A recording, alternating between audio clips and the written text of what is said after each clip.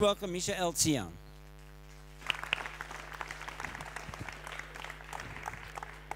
So I'm dessert, I understand.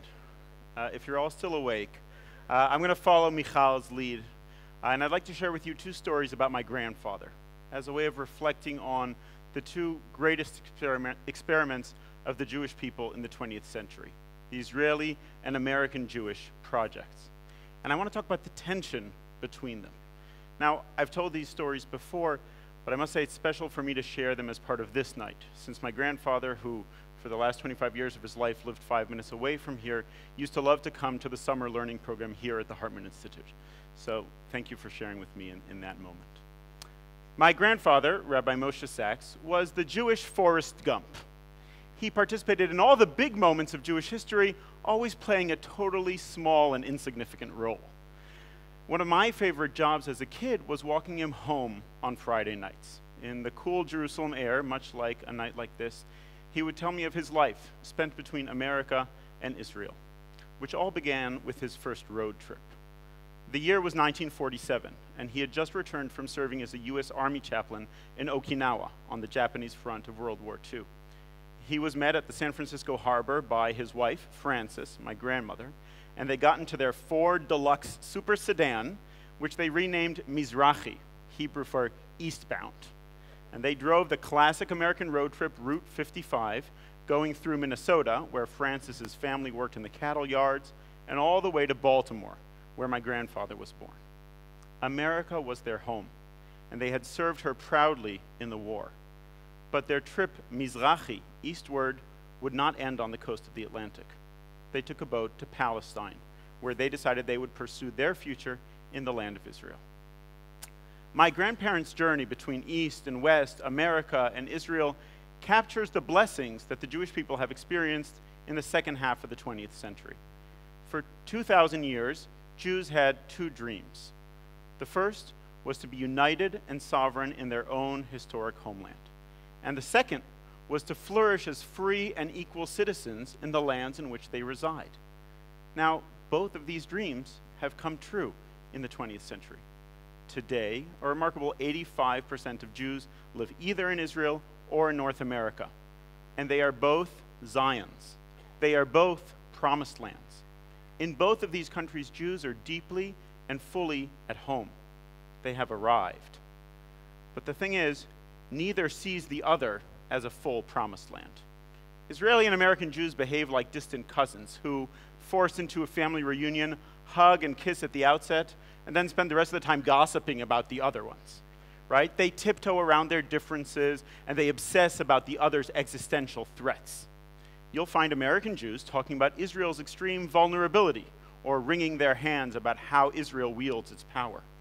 And you'll find Israelis, on the other hand, rejecting the idea that there can be a promised land outside Israel for Jews, and trumpeting the headlines in Yediot Ahronot about the disappearing American Jew who falls prey to intermarriage and assimilation. In truth, many of these cousins, on both sides, have long given up hope for their embarrassing relatives from across the Atlantic. They're not really interested in engaging with each other, and simply because they are part of the same family. So we've arrived in the promised land, but turns out there's not one, but two. Can we tell a tale of two Zions? Now, instead of trying to meld the Jewish people into a superficial unity, a big peoplehood love fest, I believe that what we must do is grasp the crux of this tension between these two Zions. The basic truth is that these two communities represent two very different projects with very different moral intuitions, and that they undermine, challenge, and critique each other in a very deep way. But Jews have always known how to make the most of a good argument, and that, I believe, is our challenge today. I didn't always think this way, but two of my grandfather's stories changed my mind. One that I heard 100 times, perhaps, and one that I never heard until the day he died. I'd like to share these two stories with you. So, on those special Friday nights, walking with my grandfather home, we would sometimes take a detour, walking through the Jerusalem neighborhood of Mekor Chaim, just down the street. At the entrance to the neighborhood, there used to be a sign describing how the Haganah defended this isolated Jewish enclave in 1948. Standing in front of the sign with my grandfather, he'd tell me how he had single-handedly saved the neighborhood in 1948. A few years later, my walking route to school would be by that sign, and I'd proudly tell my high school friends, "You see that neighborhood over there? That's Mikol Chaim, which my grandfather and I single-handedly saved in 1948. Now, I knew that I was not around during that battle, and in truth, I knew that my grandfather didn't single-handedly save anything in 1948. He was the Haganah's welfare officer, kept at the back to administer to soldiers' psychological needs. But all this didn't matter. I had heard his story so many times, it had become a part of my DNA, part of who I am. I, too, had defended Makor Chaim in 1948. My grandfather's Haganah unit epitomizes for me what the Israeli Jewish Project is all about, seeking to take Judaism out of the synagogue and into the streets. Jews were returning to history, as David Hartman used to say, taking responsibility for themselves and their ancestral homeland. Israel turned Judaism into a secular civic project, which embraced power in order to build a model ethical society, where Jews could live full-bodied Jewish lives, speaking a full-throated Hebrew language. Their creed is perhaps best summed up in a question that Hillel asked in the Mishnah 2,000 years ago. Im ein ani li, mi li. If I am not for myself, who will be for me? For years, this story animated my life more than any other. Mizrahi, to the east, Israel is where the Jewish story takes place, where the Jewish civic project is actualized, and everything else seemed no more than a backdrop. But my grandparents' story didn't end there. In 1949, they got a telegram from the American Midwest. Daddy had a heart attack, come home. And they did. This decision of theirs to go back to America always baffled me. Their car, named Mizrahi, drove only in one direction, east.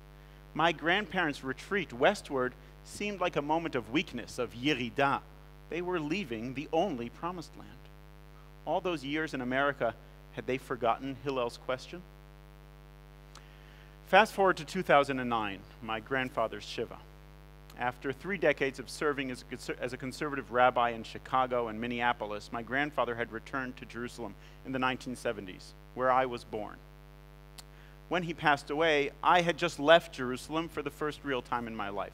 I was studying in New York, living on the same block, West 122nd Street, where my grandfather had been when he was a student during World War II. At the Shiva, going through old files, my father, who's sitting somewhere here in the crowd, found an envelope with rolls from an old dictaphone and a small political button. They told a story that he had never told me about a trip that my grandfather took in 1963. It was the height of the civil rights protests in the South. Against the advice of his synagogue board, my grandfather decided to join a delegation of rabbis going to Birmingham, Alabama. Standing outside the 16th Street Baptist Church, he met a group of African-American high school students who were selling buttons which read, "I believe in human dignity." He asked if they were for sale. "Mister," the African-American kid challenged the tall white man in front of him, "do you believe in human dignity?" My grandfather always had a strange sense of humor, so he answered, "Maybe." To which the response was, "Well, if your answer is just a maybe, mister, well then, you are not entitled to this button, not to the button that says, 'I believe in human dignity.' You gotta be certain." So how did he get that button? It was too late to ask him. But back in Jerusalem, holding it in my hand, I realized how much Jewish life in America was also a project. How for the first time in 2,000 years, Jews were empowered to dedicate themselves to Hillel's second question. Ukshani le'atzmi, ma'ani. If I am only for myself, what am I? Like Israel, American Jews were engaged in a secular civic project, but its focus was not just themselves, but all Americans. Jews had fled the ghettos because they wanted to be at home among non-Jews and Jews alike, putting boundaries aside and together building a promised land. They embraced the creed of "I believe in human dignity," not only because it allowed room for them, but because it resonated with one of the basic teachings of Jewish tradition, that every human being was born in the image of God. In Birmingham in 1963, and as a rabbi in the Midwest all those years, this is what my grandfather was doing. He was taking ownership of his Jewishness in service of the American project, framing his activism through Judaism to create a better America. My grandfather was taking Mizrahi home. Mikol Chaim and Birmingham are two symbolic stories which inform me as I shape my life. I bet you all have a whole bunch of stories like that. But these stories also represent the tension between the two great Jewish projects, between the two Zions which Jews are engaged in today. The first Zion is unabashedly particularistic. It takes place here in the ancestral land of Israel, with Jews as its main constituents, Hebrew as its main language. It feels organically Jewish, even as it is a total revolution in Jewish existence. The second Zion is unabashedly universalistic. It is about a new land, America, which belongs to all its citizens. In America, Jews go beyond the us-them dichotomy that had defined so much of Jewish existence, and their project takes place in English, the global language. Jewish creativity is played out at the center of the world stage, where it is often much more uncomfortable to give a Jewish-specific frame. Each in their own way, these two Jewish projects are playing out the questions asked by Hillel 2,000 years ago. If I am not for myself, who will be for me? And if I am only for myself, what am I? So if not now, when? Im lo achshav, matai. Now obviously life in Israel and America is more complex than these simple statements. But as we face our own if not now moments today, the other Jewish promised land has to keep us uncomfortable, challenged, and questioning, even as we have arrived. And it is in discomfort that we are most creative, in tension, as Mishael said, that we tell our own story best, in challenge that we dream our best dreams. So I'd suggest that America and Israel, if you allow me a little cultural reappropriation, America and Israel are the yin-yang of the Jewish people. Yin-yang describes how contrary forces in nature are interconnected and interdependent, hot and cold, fire and water, light and shadow. Such must be the dynamic between the Israeli and American Jewish projects. They should push, pull, criticize, and inspire each other head on. They are totally different, and yet each contain an aspect of the other inside them as well. This dynamic is playing out today in various ways. American Jews, in their commitment to universal human dignity, increasingly wonder, why be Jewish? When they meet an Israeli Jewish project which declares that the first step to universalism is caring about the particular, they learn something important. That when immersed in its own language, history, and geography, Judaism can thrive. And that we learn love and dignity, ethics, from our families first. Israeli Jews, on the other hand, in their commitment to in-group loyalty, are struggling to find room for the individual's voice. They are challenged by an American Jewish project which declares that the dignity of the individual is a supreme Jewish value for Jew and non-Jew alike. That a healthy Jewish identity rests on strong, free individual choice. Now, these are just a few examples of how, when we face the other promised lands, we are inspired to make our own home better. I believe many of you came to Jerusalem in many ways to experience exactly that experience this summer. Before my grandfather died, he got to hold his first great-granddaughter in his hands. My daughter Zohar, who was texting me a few minutes ago, when are you coming home, who was born in the Israel that he helped found and raised in the America he loved, and now lives back here in Jerusalem. What will be her dreams, I wonder? What will the Jewish projects that she will dedicate her life to? We live at a time in which our dreams have come true, and in which new dreams are being formed, and some of them might just be nightmares. We have lived two powerfully existing success stories, Eretz Tzion Yerushalayim and the New Zion, which is America.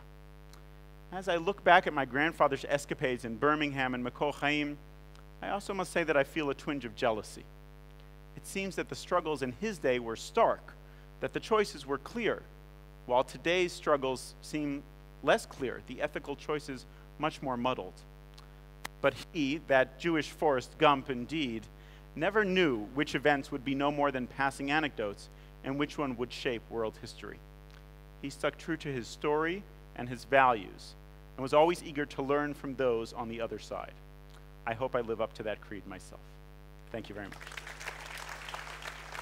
Thank you, everyone.